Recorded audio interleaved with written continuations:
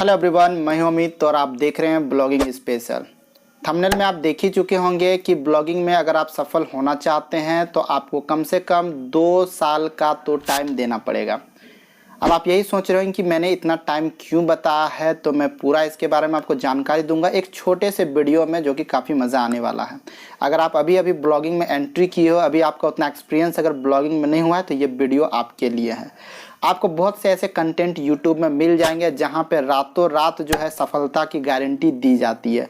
ये तो वही हाल हो गया कि मार्केट में जो किताब मिल रहा है 3 महीने में फर्राटेदार अंग्रेजी बोलना सीखे, और बच्चा जो है सालों साल प्रैक्टिस कर रहा है लेकिन अंग्रेजी की अ तक बोलना नहीं सीखा है।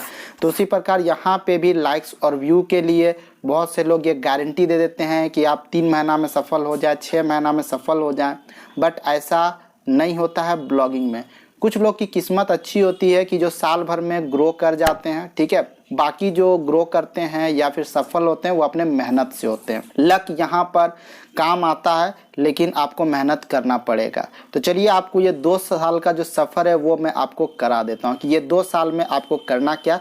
लेकिन इससे पहले चैनल को सब्सक्राइब कर ले, लाइक कर ले और दोस्तों के साथ शेयर भी जरूर कर दीजिएगा। तो ये 2 साल को मैंने कुछ इस तरह से डिवाइड किया है। नंबर 1, सबसे पहले आप अगर ब्लॉगिंग में आए हो तो आपको 6 मंथ का टाइम जो है सीखने में देना चाहिए, कम से कम 6 मंथ का टाइम।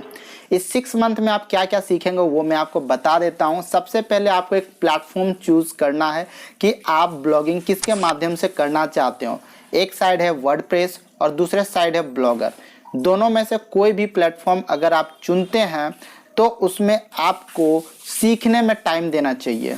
इसका मतलब ये है कि आपको उसके डैशबोर्ड में कौन कौन से सेटिंग्स है, किसका प्रयोग आप कैसे करेंगे, कौन किस तरह से फंक्शन करता है, उसमें आपको सीखने में टाइम लग जाएगा। दूसरा जो चीज़ आपको सीखना है वो है गूगल सर्च कंसोल। जी हाँ, ये गूगल सर्च कंसोल ही है जो कि आपको हेल्प करेगा आपके वेबसाइट में जितने भी कंटेंट को लिखेंगे उसे इंडेक्स कराने में, ताकि गूगल में आपका कंटेंट शो करे। इसमें भी बहुत कुछ जानकारी है, इसका प्रयोग करके ही आप अपने आर्टिकल को गूगल में इंडेक्स करा सकते हैं। दूसरा इसका काम है कि आपके वेबसाइट में कुछ छोटे छोटे इन्फॉर्मेशन आपको ये देगा, जिसमें से ट्रैफिक है। ट्रैफिक में भी ये सारा कुछ आपको इन्फॉर्मेशन नहीं देगा। ट्रैफिक में सिर्फ आपको ये बताया जाएगा कि कितना इम्प्रेशन गया है और उसमें से कितना क्लिक्स आया है। इतना ही इन्फॉर्मेशन आपको यहाँ से मिलने वाला है। इसके बाद इसमें जो आपका मेन काम आएगा वो होगा आपके आर्टिकल को इंडेक्स करना, और दूसरा जो काम होगा आपके वेबसाइट में कुछ भी अगर त्रुटि आती है जो गूगल के लिए खराब है या उसके पॉलिसी को वॉलेट करता है तो वो आपको एरर यहाँ पे शो करेगा। ऑटो फिक्स करने का ऑप्शन भी देगा, प्लस आपको ये गाइड भी करेगा कि उसे आप किस तरह से ठीक कर सकते हैं। बस इसका इतना ही काम है। दूसरा आपको जो चीज़ सीखना है वो है गूगल एनालिटिक्स। जी हाँ, अभी जैसे सर्च कंसोल में मैंने आपको बताया कि वहाँ पे आप ट्रैफिक को देख सकते हैं, लेकिन सिर्फ उस पर इम्प्रेशन बताएगा और क्लिक बताएगा।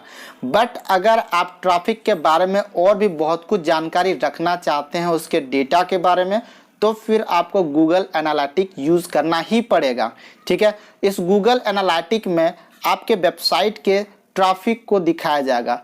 वो ट्रैफिक कितने ऑर्गेनिक हैं, कितने आपके सोशल मीडिया से आए हुए हैं, कितना डायरेक्ट हिट हुआ है, ये सारा कुछ इसमें आपको बताया जाएगा। और इसमें आप डेटा को वीकली, मंथली, इस तरह से भी आप इसको ये कर सकते हैं। इसके अलावा उसमें से एक एज भी आप देख सकते हैं कि कितने एज वाले ज़्यादातर विजिटर आपके वेबसाइट में विजिट करते हैं।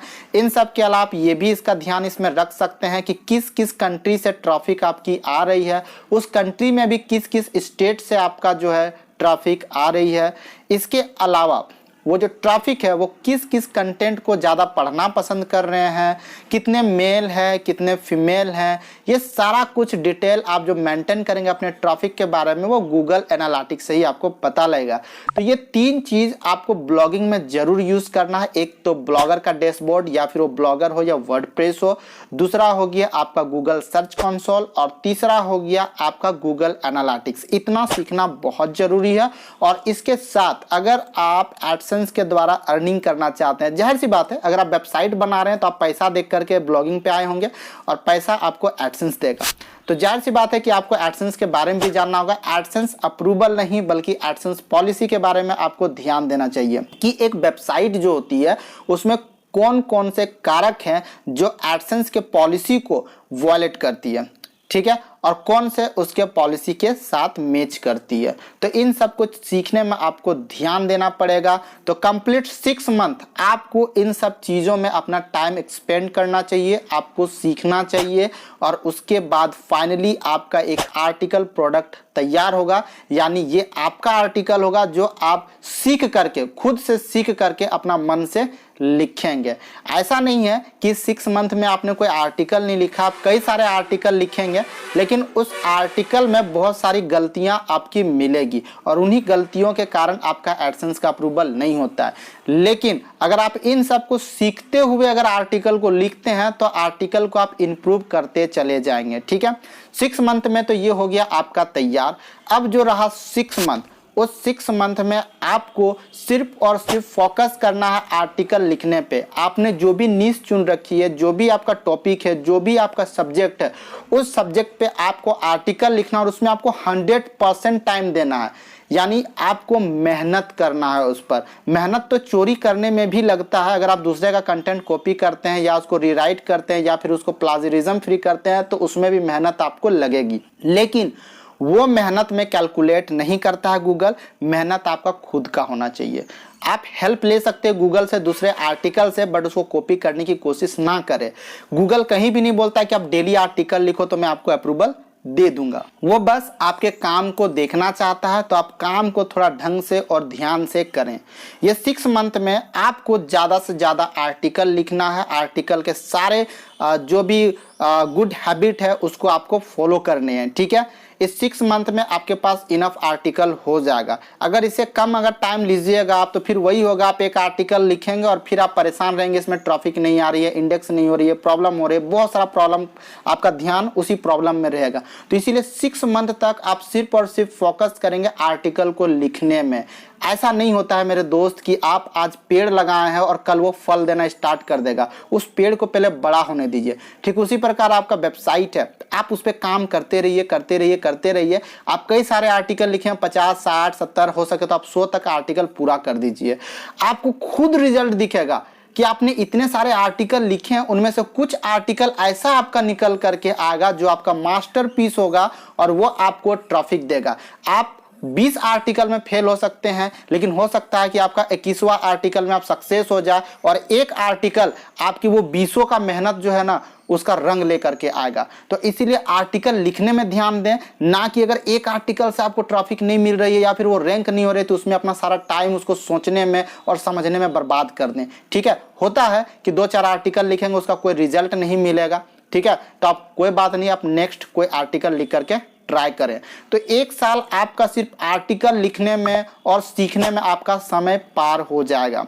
इस 1 साल में आप एडसेंस का अप्रूवल ले लेंगे, लेकिन अर्निंग आप अभी भी नहीं कर पाएंगे। मेरे दोस्त, सफलता का मतलब है कि आपका जब अर्निंग आना स्टार्ट हो जाए, ब्लॉगिंग से आप अर्निंग करना चालू कर दो, उसे कहते हैं ब्लॉगिंग में सफलता। वो भी आप सफलता प्राप्त कर पाएंगे, ब्लॉगिंग में एक यूनिकॉर्न नहीं बन पाएंगे कि आपको पूरा देश जो है वो पहचानेगी। ठीक है, उसके लिए आपको और मेहनत करना पड़ेगा। अब ये जो 1 साल आपने जो सीखा, जो आपने एडसेंस का अप्रूवल लिया, अब जो नेक्स्ट ईयर जो होगा यानी 1 साल जो और होगा, उस 1 साल में सिर्फ और सिर्फ आप फोकस करेंगे ज़्यादा से ज़्यादा कंटेंट लिखने का और ज़्यादा से ज़्यादा ट्रैफिक लाने का। आपके पास जितना ज़्यादा कंटेंट होगा उतना ज़्यादा ट्रैफिक होगा, जितना ज़्यादा ट्रैफिक होगा उतना पैसा कमा पाएंगे।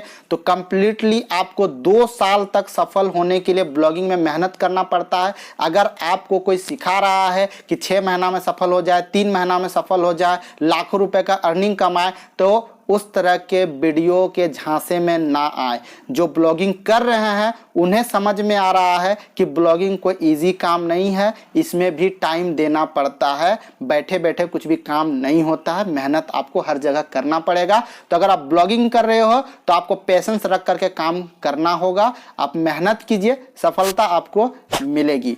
हमारे चैनल के साथ जुड़िए ब्लॉगिंग स्पेशल, जहां पे मैं ब्लॉगिंग के जो भी सही फैक्ट होंगे वही मैं आपको बताऊंगा। यहाँ पे ब्लॉगिंग आप यूट्यूब यूज़ कर रहे हो या ब्लॉगर यूज़ कर रहे हो, दोनों का जानकारी आपको यहाँ पे मिल जाएगा। चैनल को सब्सक्राइब कर लेना। फिर से मिलेंगे इस तरह के वीडियो के साथ, तब तक के लिए धन्यवाद। जय हिंद, जय भारत।